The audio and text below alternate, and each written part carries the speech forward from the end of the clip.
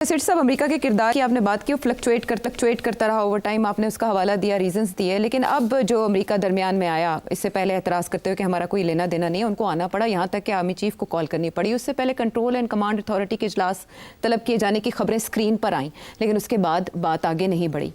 और फिर आपने कहा कैसे अमेरिका ने रेस्क्यू किया और आर्मी चीफ को फ़ोन आया। अब मार्को रूबियो और डोनाल्ड ट्रंप और इवन जेडी वैंस एक दूसरे को भी मुबारकबाद और शाबाश दे रहे हैं और वो कह रहे हैं हमारी निगरानी में ये रात भर बातचीत होती रही और हमने सीज़ फायर करा दिया मुबारक को, और उसके बाद मुज़ाकरात होंगे, दोनों मुल्कों के दरमियान बातचीत होगी। मैंने आपसे ये जानना है कि ये सीज़ फायर आपको कितना देर पा लगता है, जबकि अभी भी इतलात आ रही हैं कि खिलाफ वर्जी इसकी जारी है इंडिया की तरफ से। देखिए, मैंने जो पढ़ा है कि जयशंकर ने कहा कोई बातचीत की बात नहीं हुई। अच्छा, उसने डिनाई कर दिया है जो डोनाल्ड ट्रंप ने या जो मार्को रूबियो ने कहा जी। उसने कहा हमने इसके ऊपर कोई बात नहीं की कि आगे बातचीत होगी कि नहीं होगी।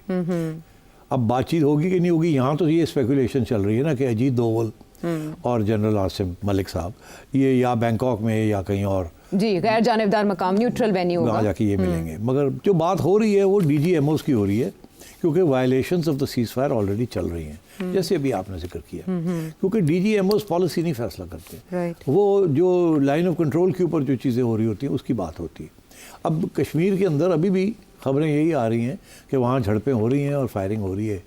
मैं ये समझता हूँ कि पाकिस्तान ने तो बिल्कुल ओबे करेगा, मगर मेरा ख्याल है शायद ये इंडिया की ये कोशिश है कि किसी तरीके के साथ जाते जाते, जैसे कहते हैं ना, कोई ऐसी चीज़ करें जिसके साथ उनका भी मोराल बढ़ जाए।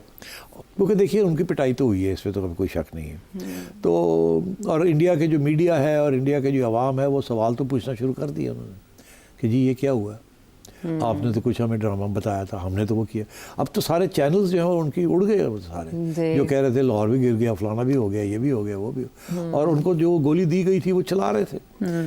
अब उनको तकलीफ हो रही है बिकॉज लोगों ने गालियाँ देनी शुरू कर दी कि आप तो आपने हमें मिसलीड किया है। तो अब वहाँ एक नया बयानिया बनेगा, वो नया बयानिया यही बनेगा कि नहीं, पाकिस्तान जो कह रहा है वो गलत है, उसकी इतनी किल्स नहीं है, इतनी ये नहीं है, इतना वो नहीं है, और हमने ये चौकी ले ली, हमने ये कर दिया, हमने ये कर दिया। वो शायद आखिरी स्टेज पे जहाँ जहाँ हमारे लोग लाइन ऑफ कंट्रोल के अंदर चले गए हैं थोड़े बहुत, या उनकी चौकियाँ उड़ा दी हैं, हो सकता है कि वहाँ से भी फायरिंग हो रही हो to reclaim some of that stuff. तो फौज भी तो मसला ना उनके लिए, वो भी उनकी भी तो बिस्त हो जाएगी ना कि आपको भी पुश बैक कर दिया। So I think that's what's happening. I think हमारा बिल्कुल कोई इंटरेस्ट नहीं है कि हम इसको फिर हीट अप करें। हमारा तो इंटरेस्ट था कि जैसे हमारा हमला होता है उसके बाद ख़त्म करें आप, ठीक। तो इसीलिए सिग्नलिंग भी की, नेशनल कमांड अथॉरिटी की सिग्नलिंग भी की हमने। तो you know we played all the right cards. तो अब ये है कि ये आपकी बात सही है, अभी भी लाइन ऑफ कंट्रोल के ऊपर वायलेशंस हो रही हैं। अच्छा। ड्रोन्स भी चल रहे हैं अभी भी वहाँ, और अभी भी वहाँ आर्टिलरी फायर हो रहा है। अभी उमर अब्दुल्ला का एक ट्वीट भी आया है कि जी सीज फायर यहाँ तो अभी नहीं हुई, यहाँ तो अभी भी ठाठू हो रही है एंड सो ऑन। तो मैं ये समझता हूँ India is trying to reclaim space and ground that it has lost during this conflict.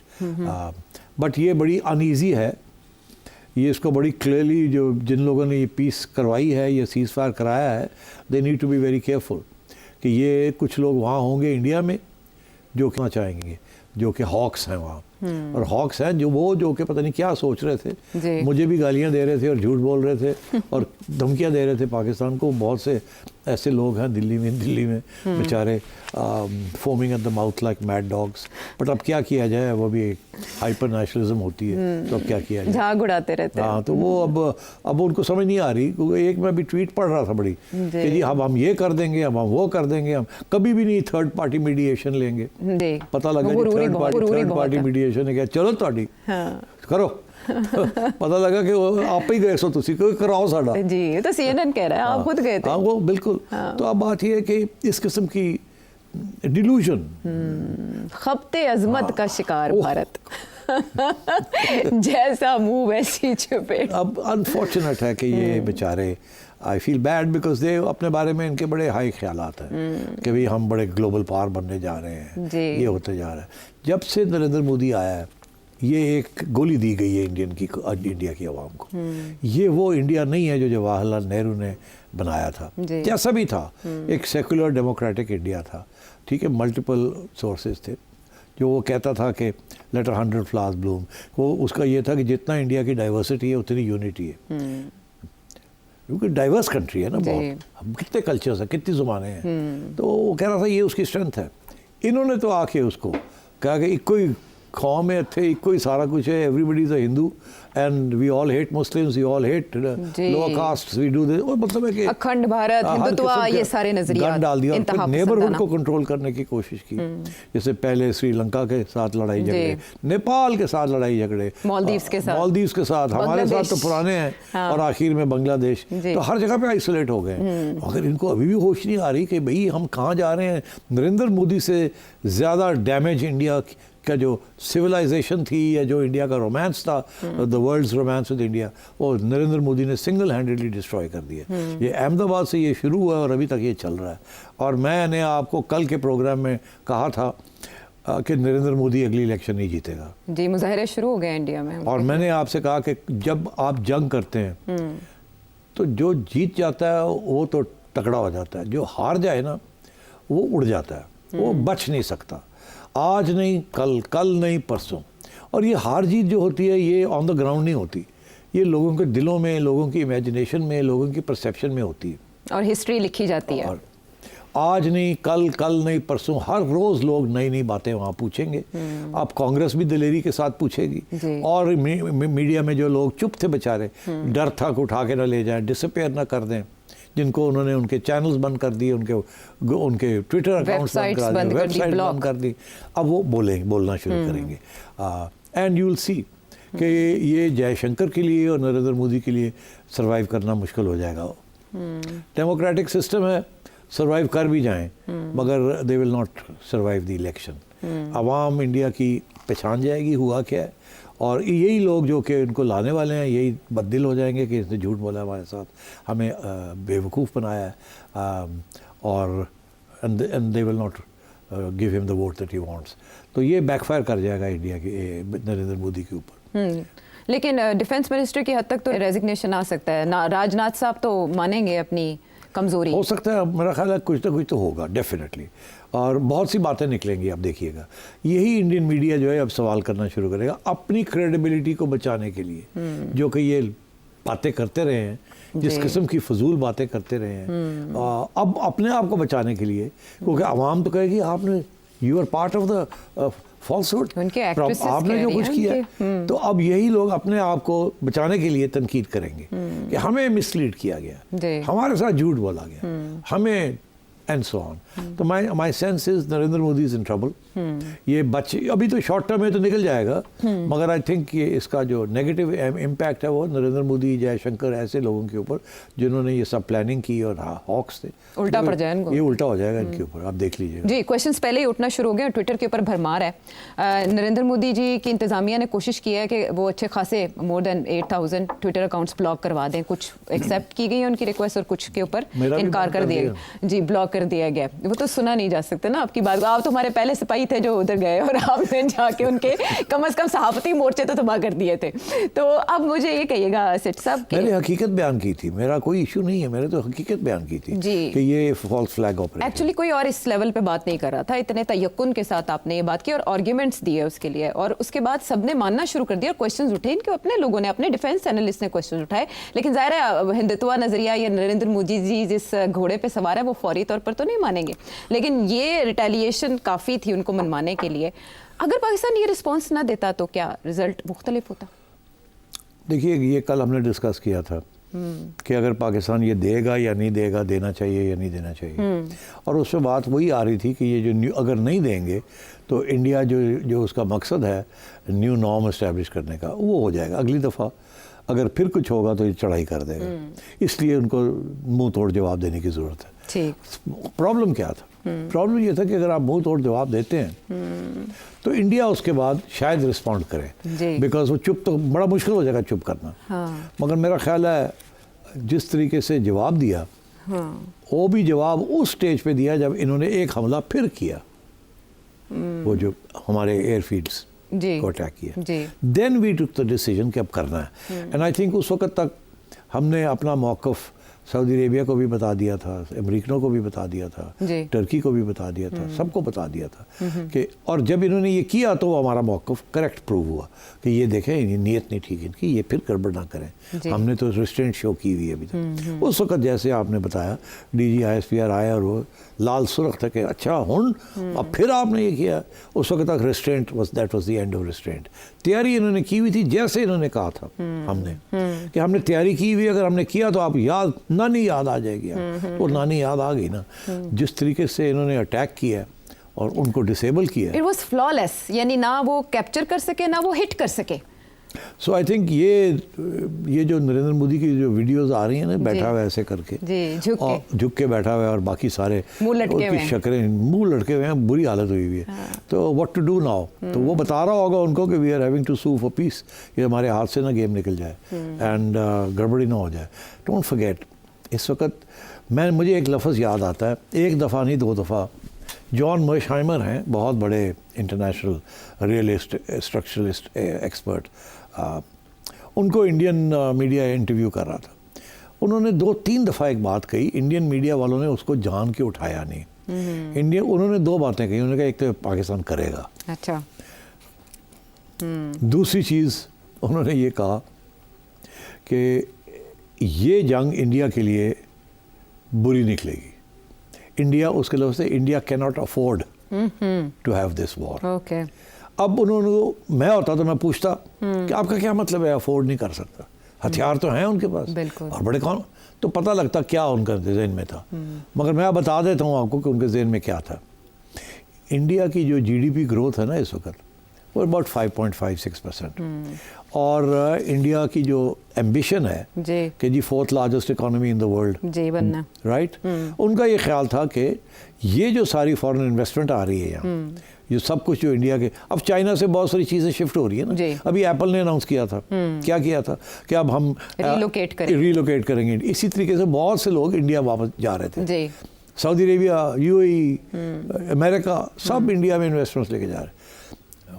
जंग जो होती है ना आयशा, पैसा वहाँ नहीं जाता जहाँ जंग हो रही हो, पैसा जाता है जहाँ सर्टेनिटी हो, जहाँ स्टेबिलिटी हो, जहाँ रूल्स एंड रेगुलेशंस हो, जहाँ लॉ हो, जहाँ कॉन्ट्रैक्ट्स हो, पैसा इन्वेस्टमेंट वहाँ जाती है। हमारे यहाँ क्यों नहीं आ रही, हमारी कमजोरियाँ हैं, अनसर्टेन सिचुएशन, ठीक है, we are targeted at every level, इसीलिए नोबडी वांट्स टू इन्वेस्ट। हमारे अपने लोग, India was the magnet hub drawing all the invest. अगर ये वॉर 4, 10, 15 दिन और चलता, already Indian stock exchange drop कर रही थी, और अगर इंडिया ये जंग ना जीत के पाकिस्तान को ख़त्म ना करता तो ये थ्रेट तो हमेशा रहनी थी। स्पेशली द न्यू नॉर्म जो इंडिया करना चाह रहा था, न्यू नॉर्म ये है कि अगर ठा कहीं भी हुई हम कहेंगे पाकिस्तान ने की, हम पड़ जाएंगे। तो Pakistan is a nuclear power. अब न्यूक्लियर पावर के साथ ये नॉर्म्स नहीं होते ऐसे, डेटरेंस इसीलिए तो रखिए, आप कैसे कह सकते हैं? तो मतलब है दिस इज,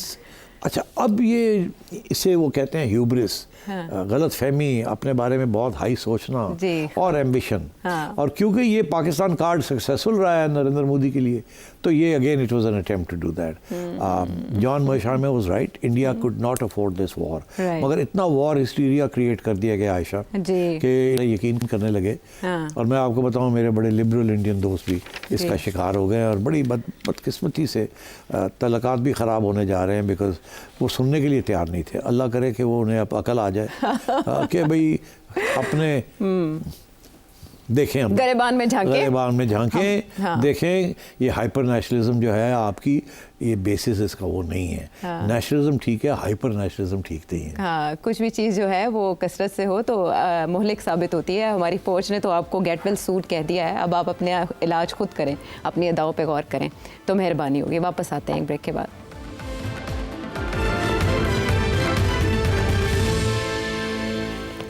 शो में साथ देने का शुक्रिया। रूल्स ऑफ द गेम तो पाकिस्तानी एयरफोर्स ने अब चेंज कर दिए हैं, but what next, specially Sindh Tas treaty, उसका क्या होगा, और पहलगाम जो इंसिडेंट है उसकी तहकीकात का फ्यूचर? देखिए, पाकिस्तान का मौक़िफ़ तो बड़ा क्लियर है कि इन्वेस्टिगेशन करो सब चीज़ों की। हाँ, इंडिया नहीं मानेगा जी, मैंने पहले भी कहा था, मैं अभी फिर आपसे कह रहा हूँ। सवाल रहेंगे कि इंडिया मानता क्यों नहीं है, ठीक, और इंडिया के अंदर भी सवाल खड़े हो जाएंगे, क्यों नहीं मानते आप? अगर आप कॉन्फिडेंट हैं कि ऐसे, तो माने ना, ये पाकिस्तान को तो हम पूछ ही नहीं रहे। क्योंकि पाकिस्तान ने तो कह दिया ना, हमसे मत पूछें, बुला लें कहीं से जी, न्यूट्रल ले आए। हाँ, ले आए। तो आई थिंक ये एक इंडिया का डिफेंसिव पोस्चर जो है ना, ये उसको कमज़ोर कर दिखाएगा। अच्छा, दूसरी बात ये है कि रूल्स ऑफ वॉरफेयर भी इस्टेब्लिश हो गए हैं अब। रूल्स ऑफ वॉरफेयर भी इस्टेब्लिश हो गए हैं। और मैंने अभी आपसे जिक्र कर दिया, मैं अब आपको बता ही दूँ, जो मेरी चिड़िया की खबर है वो ये है कि पीपल्स लिबरेशन आर्मी PLA जी, जो कि कस्टोडियन है चाइनीज़ डिफेंस की, आई थिंक पाकिस्तान एंड PLA और भी ज़्यादा क्लोज रिलेशनशिप होगी और चाइनीज़ टेक्नोलॉजी ट्रांसफर्स जो हैं बड़ी रैपिडली होंगे पाकिस्तान को। China will treat Pakistan literally as its passport to the rest of the world. और पाकिस्तान की वो अहमियत जो 1950s और 60s और 70s और 80s में अमेरिका के लिए थी, वो अहमियत अब चाइना के लिए होगी। और पहले ये था कि सिवाय अमेरिका के हथियार और पैसे वही दे सकता है और हमें सख्त दोनों की ज़रूरत थी। अब आगे जाके नज़र ये आ रहा है कि पैसे भी और हथियार भी हमें अफलोट रखने के लिए वो चाइना से मिलेंगे। और ये जो नया ब्लॉक बन रहा है, वो ब्लॉक का लीडर जो है वो चाइना होगा। और China and Russia, Iran, Turkey, Pakistan and possibly some other countries, they will all be part of a new bloc. ये बनने जा रहा है। China will be the leader.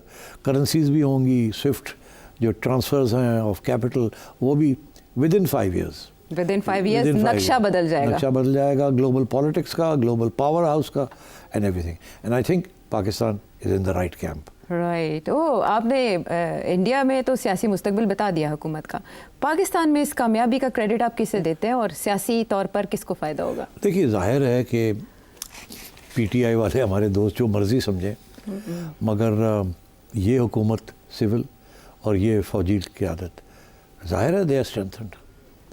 अगर ये गड़बड़ हो जाती हाँ तो ये गए थे, दोनों गए थे। जैसे अब वहाँ नरेंद्र मोदी और जयशंकर बचना मुश्किल हो गया, बैठे हैं। ठीक, ये अब ऑब्वियसली दे बीन स्ट्रेंथन्ड, पहली बात।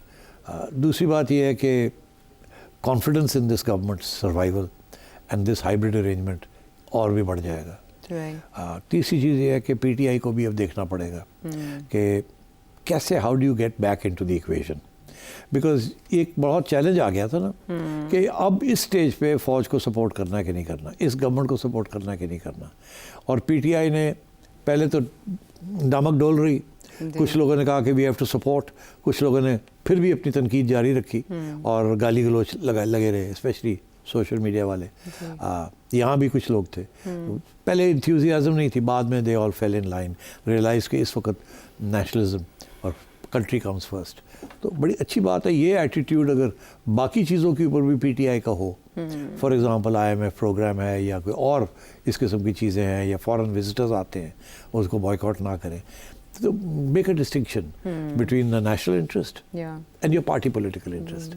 पार्टी पॉलिटिक्स को नेशनल पॉलिटिक्स के ऊपर से उसको हावी नहीं होना चाहिए। And I think if PTI learns a good lesson from this, मैं ये समझता हूँ कि स्कोप बन सकती है। बिकॉज PTI की कोशिश थी, लेट्स बी ऑनेस्ट, कि चीफ को फ़र्क किया जाए किसी तरीके के साथ। PTI should come to terms. अगर PTI आज comes to terms with this hybrid arrangement to make way for a new arrangement, आज नहीं परसों, अगर अपने घोड़े से उतर के नीचे आ जाए और नीचे आके कोई रास्ता ढूंढें कि सिस्टम को चलाने का, और उस सिस्टम के अंदर ये यकीनी तौर पे रिट्रीट करना पड़ेगा। इस वक्त जो हाइब्रिड सिस्टम है इसको थोड़ा पीछे हटना पड़ेगा, मगर फिर at the end of the day you have to be part of the system, because ये सिस्टम ने जिस तरीके से इस चीज़ को हैंडल किया है, इससे तो क्रेडिट आप नहीं ले सकते। और किया भी 9-10 मई को है, मई डे हो गया, इंडिया का एक और मई डे हो गया। So I think PTI needs to reassess. ये हमारी आवाम जो कि इस वक्त गुस्से में है, वो हिस्सा आवाम का जो बड़ा गुस्से में है अगेंस्ट द हाइब्रिड अरेंजमेंट, उनका ये ख्याल है कि हाइब्रिड अरेंजमेंट सिर्फ वही कर सकते थे और उन्हीं को हक होना चाहिए, किसी और को हक नहीं होना चाहिए। और तो वो मेरा ख्याल है पीटीआई को रीअसेस करना चाहिए। अगर पीटीआई आज ये फैसला करती है कि रीअसेस करेंगे and they will work within the system and they will not try to overthrow this system because वो इनकलाबी तो है नहीं, तो फिर मेरा ख्याल है द पॉसिबिलिटी इज़ के इमरान खान साहब जो है can survive as a political leader and the PTI, because PTI without Imran is no party. Headless. And I think it's important कि इमरान खान जैसा शख्स जिसकी इतनी पॉपुलैरिटी है तो भी सिस्टम का हिस्सा होना चाहिए। And I always felt that, I always said it, मेरे ज़ाती और सियासी इख्तलाफ के बावजूद I always said that people's representatives जैसे भी हैं they should be accommodated. And I think General Asim Munir has demonstrated leadership, resolve and एक बहुत ख़तरनाक दुश्मन को न्यूट्रलाइज कर दिया। I think that's saying quite a lot. जिसे अज़ली दुश्मन कहा जाता है उसको। मैं इंडियन चैनल्स को सुन रहा था, सवाल ये खड़ा हो रहा था, आपका क्या ख्याल है ये शख्स जो है आसिम मुनीर ये करेगा या नहीं करेगा, पीछे हटेगा या आगे बढ़ेगा? और वो दोनों मतलब हाँ कर भी सकता है नहीं भी कर सकता, वो लगे हुए थे, समझ नहीं आ रही थी ये कर टीवे लगा रहे थे। तो बड़ा सिंपल आंसर था जो कि दे देना चाहिए था, मगर क्योंकि इनकी उम्मीद थी कि शायद उसका ज़रूरत ना पड़े, वो ये था कि वो करेगा और करके दिखाया, और वो करेगा और वो सही तरीके से करेगा।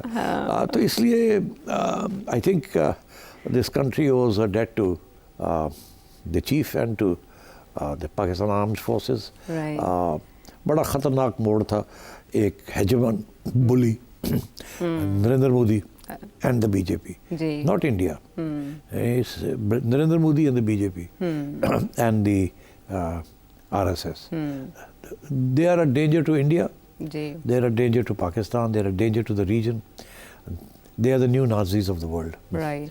And therefore, जितनी जल्दी इंडिया की आवाम इस चीज़ को पहचानेगी उतना बेहतर होगा। बड़ा अच्छा इलाज पाकिस्तानी फौज ने कर दिया है इन सारी बीमारियों का। तो आप समझते हैं इमरान खान साहब को भी उसी तरह ट्वीट करके आसिम मुनीर साहब को मुबारकबाद दे देनी चाहिए? नहीं, मैं ये नहीं कहता, मैं ऐसे नहीं कहूँगा अच्छा कि वो ट्वीट करके नवाज शरीफ साहब ने मुबारकबाद, ये सब मुबारक दे रहे हैं आसिम मुनीर साहब को। मगर मैं ये चाहता हूँ कि पीटीआई की तरफ से भी कोई पेशकदमी होनी चाहिए इस किस्म के ये मौका है, रस्म दुनिया है, मौका है, दस्तूर भी है। लेकिन वो भारत के जो अगर इमरान करता है तो बहुत बड़ा कदम होगा, बहुत बड़ा कदम होगा। और फिर वो आपने कहा रीअसेसमेंट की तरफ भी ये एक इशारा होगा, एक ओपनिंग मिलती है, सिलसिला खुल जाएगा, सिलसिला खुल सकता है, खुल सकता है, वक्त लगता है सिलसिला एक ट्वीट के साथ नहीं होता, मगर एक कंसिस्टेंसी दिखानी पड़ती है। बिकॉज मसला यही है ना, एक ट्वीट एक दिन दूसरे दिन यू टर्न, वो तो यू टर्न के मास्टर हैं, तो ये एस्टैब्लिश करना पड़ेगा क्रेडिबिलिटी एंड ट्रस्ट, और वो खान साहब भी कर सकते हैं। दूसरी साइड को तो करने की जरूरत नहीं है ना, कोई प्रेशर नहीं है उनके ऊपर। प्रेशर तो पीटीआई पे है। हाँ, चले 9-10 मई जो है वो तारीख में इस लिहाज से भी याद रखा जाएगा कि बहुत से लेसन्स थे इसमें सीखने के लिए, लेकिन भारत के लिए सिर्फ एक लेसन है कि पाकिस्तान से जंग अब सिर्फ फिल्मों में ही जीती जा सकती है। आपने तो जंग की बात की जी, मैं अमन की बात करना चाहता हूँ एक सेकंड के लिए। अच्छा। मेरा पैगाम भारत के लोगों के लिए है कि हम जैसे लोग जब यहाँ बड़े हो रहे थे जी, पढ़ाई कर रहे थे, हमारे लिए India was an example of democracy, pluralism, multiple ethnicities, multiple races and democracy. Idealise करते थे आप? हम थोड़ा बहुत आइडियलाइज करते थे, इसीलिए हमें यहाँ पसंद नहीं किया जाता था जी।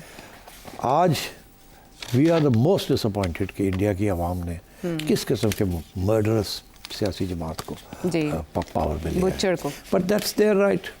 अल्लाह ये करे कि इनको समझ आ जाए कि इनके साथ हुआ क्या है। ये सिर्फ पाकिस्तान वाली बात नहीं है, इंडिया की जो हिस्टोरिकल डेस्टिनी है that doesn't lie in Hindu Raj, that still lies in secular India, pluralist India, peaceful India. देखिए चाइना ने अपने सारे बॉर्डर इश्यूज स्टिच अप कर लिए ताकि he can now get on and be a big power. India ने उल्टा किया है। India should stitch up all its border issues, solve all these conflicts, then lead this region. उसके बगैर India will never be go anywhere. ये लड़ाई झगड़े उनका ख्याल था ये कर लेंगे, अब वो भी प्रूव हो गया कि नहीं कर सकते। हाँ, चलें, यही जो सबक, यही जो बात आखिर में है, इसके बारे में इंडियन अवाम, इंडियन मीडिया, इंडियन हुकूमत ज़रा सोचिए।